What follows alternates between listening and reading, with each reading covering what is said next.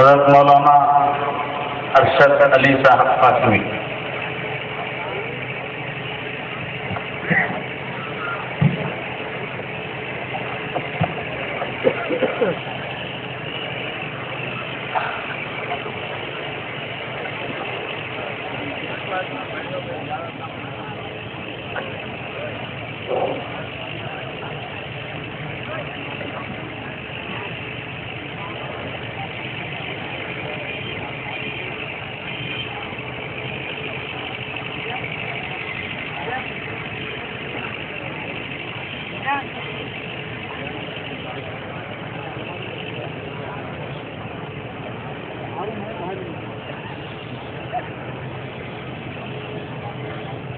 بسم اللہ الرحمن الرحیم.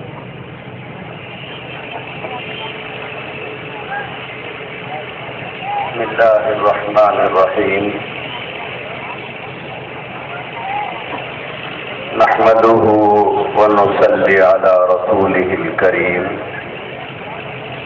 اما بعد.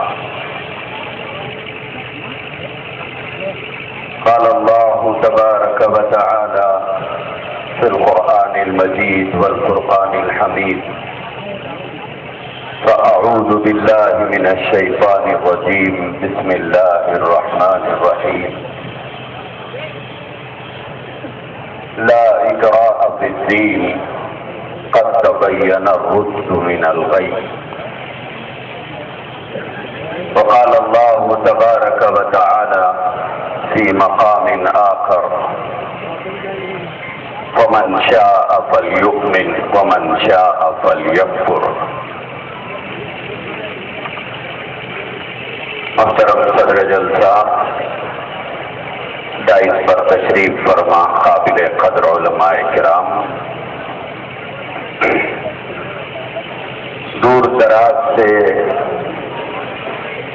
محبت رسول صلی اللہ علیہ وسلم میں یہاں جمع ہونے والے قابل قدر بزرگوں، نوجوان بھائیوں اور دوستوں،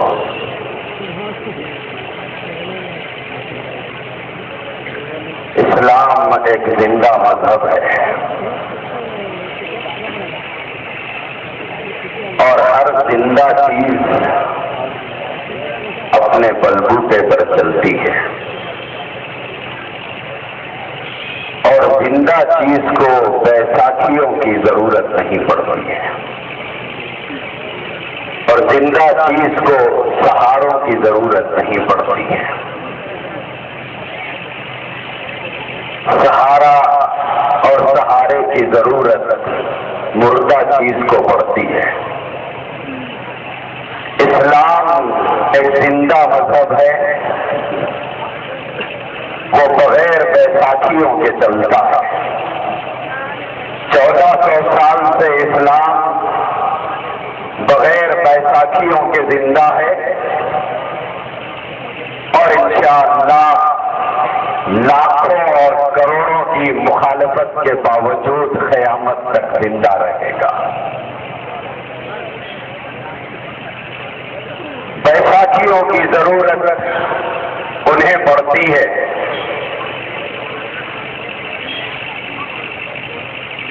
جو مردہ ہوتے ہیں.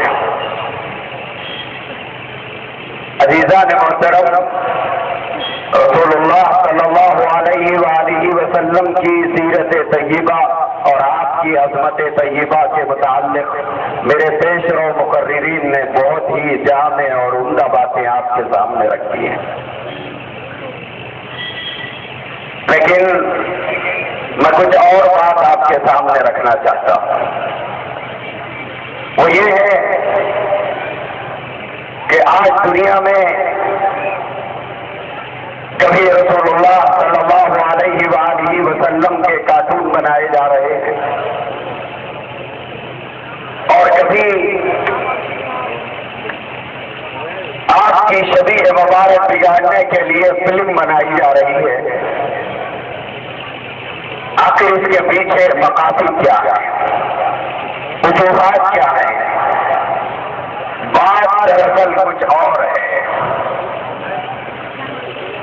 جیسے ابھی مولانا نے فرمایا تھا کہ اسلام کا پھیلاؤ، اسلام کی بڑھتی ہوئی مقبولیت اور ان کے گھروں کے اندر جو اسلام داخل ہو رہا ہے اور ان کے پیٹوں سے جنم لینے والے بچے کلمہ شہادت پڑھ رہے ہیں اور رسول اللہ صلی اللہ علیہ وآلہ وسلم کی رسالت کی گواہی دے رہے ہیں، یہ چیز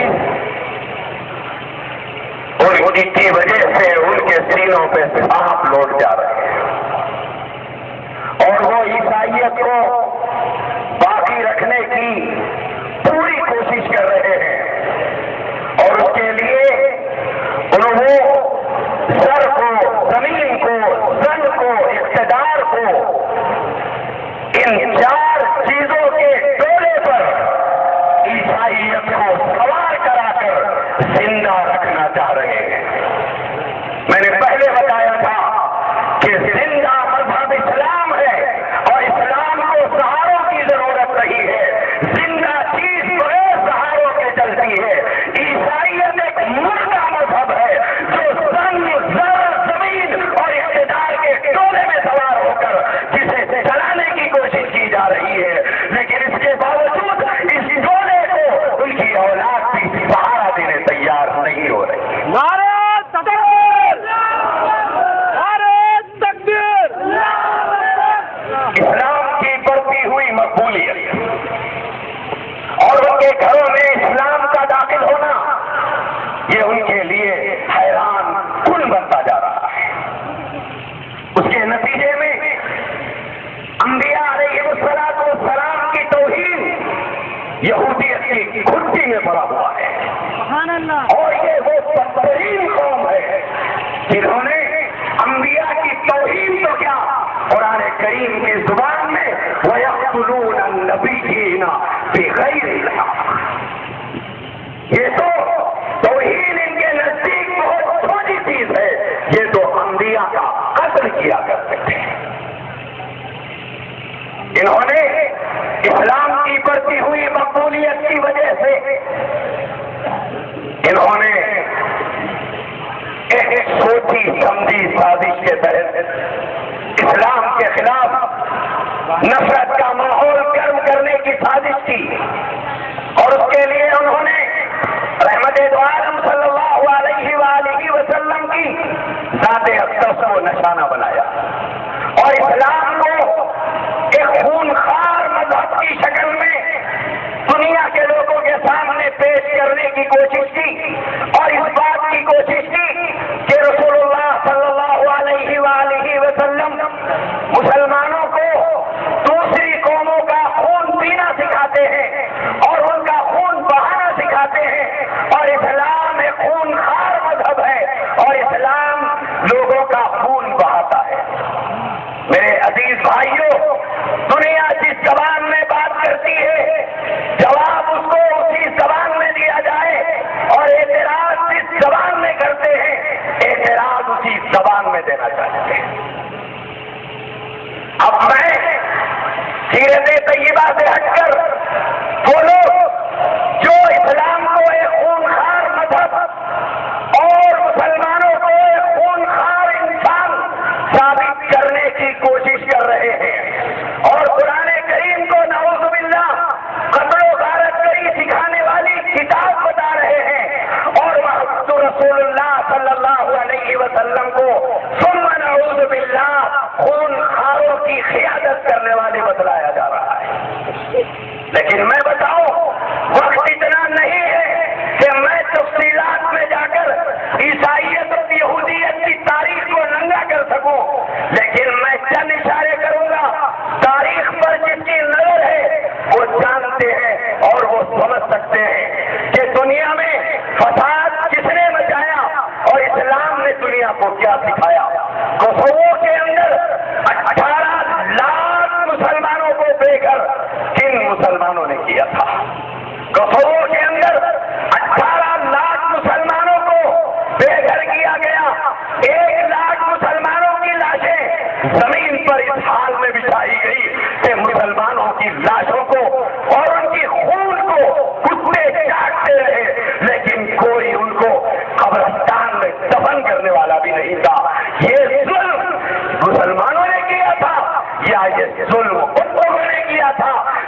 آج اسلام پر انگلی اٹھا رہے ہیں.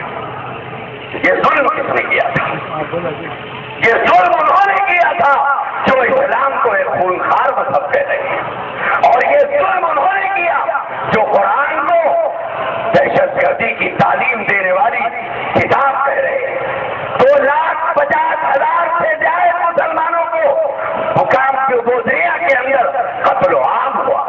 15 لاکھ سے زائد مسلمانوں کو بوزنیا کی سرزمین سے ہجرت کرنا پڑا, اور 70,000 سے زائد ہماری بہنوں کی عزت و آبرو کو لوٹا گیا, ان کی دامن عزت کو تار کیا گیا, ان کی عصمت کی دھجیاں اڑائی گئی, اور بوزنیا کی ہماری بہنوں کو کی عزت ریزی کی گئی, اور اس وقت تک حکومت خانوں میں انہیں بند رکھا گیا جب تک ان کا حمل ظاہر نہیں ہو جاتا, اور اس کے بعد انہیں حکومت خانوں کے باہر نکال کر یہ کہا گیا جاؤ جا کر تم ہمارے بچوں کو جنم دو.